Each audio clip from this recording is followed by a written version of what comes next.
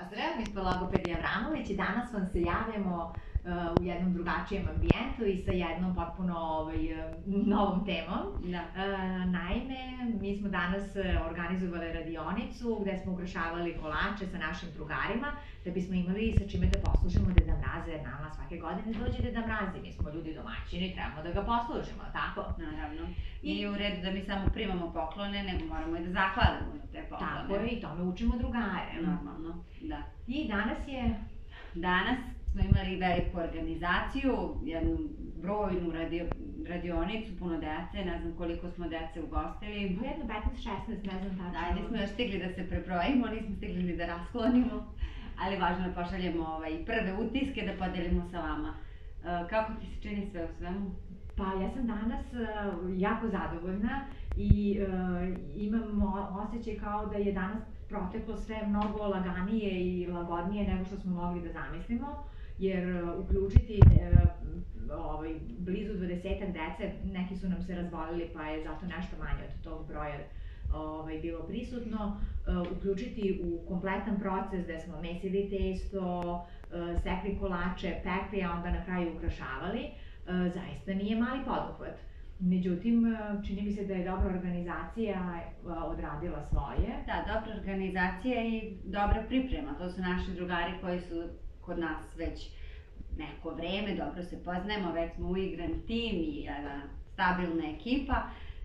I ono na čemu mi zapravo vrlo insistiramo i ko prati naš kanal upućen je u to da mi jako puno pažnje posvećujemo uključivanju dece u svakodnevne aktivnosti, kako to savjetujemo roditeljima naših klijenata, tako se i naš rad bazira na nekoj imitaciji svakodnevnog života, a danas smo uključili naše drugare u našu stvarnu novogodišnju aktivnost gde mi inače pravimo kolačiće, sada smo zajedno sa njima ceo taj proces prošao od početka do kraja i veoma sam zadovoljna kako su se drugari uključili, kako su uspeli da isprate proces i fino su onako stari pomagali mlađima, zadovoljna sam.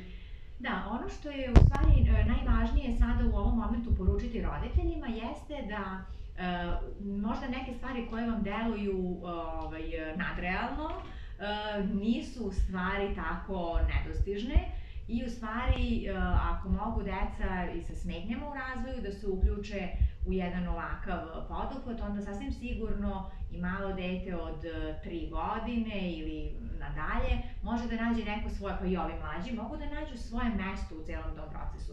Ono što je važno to je da se dobro napravi plan, da se dobro podele uloge, da se deci da dobra struktura, da oni znaju tačno u svakom momentu šta je ono što se od njih očekuje, na koji način će to da izvedu, da imaju jedno vođenje kroz ceo taj proces i nadzor u svim tim aktivnostima i kada oni za svaki svoj postupak dobiju doslednu reakciju i jasnu od strane roditelja ili onoga koga vodi, u ovom slučaju smo sada to bile mi, oni se onda jednostavno u tu priču uklapaju.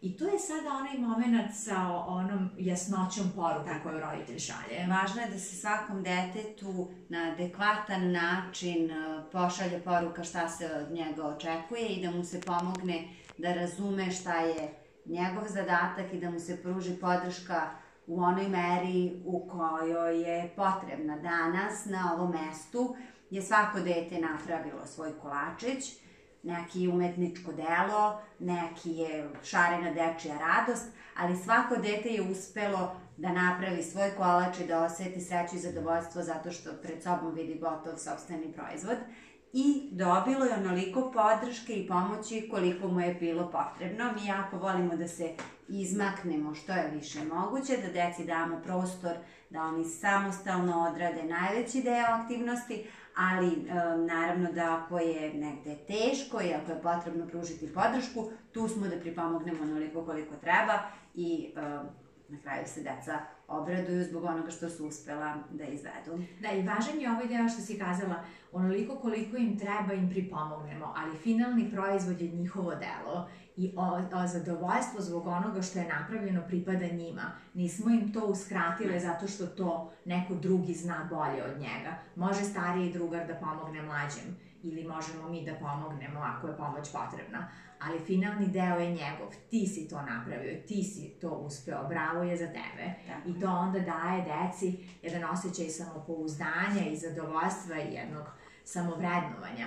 To su stvari o kojima roditelji treba da razmišljaju u svakodnevnim životnim situacijama. Meni je jasno da svaka mama može da oboje čarapice svom detetu i da to uradi vrlo brzo i vrlo vešto. Ali ajmo sada da vidimo na koji način ona može njega da provede kroz to da i ono uspe da se osjeća u toj priči kao da je ono to uradilo dobro i vešto, iako možda i nije sasvim vešto u celom tom procesu, ali uz vođenje uspeva i vremenom postaje sve veštije. Dobro, mi sada se bavimo rasklanjanjem.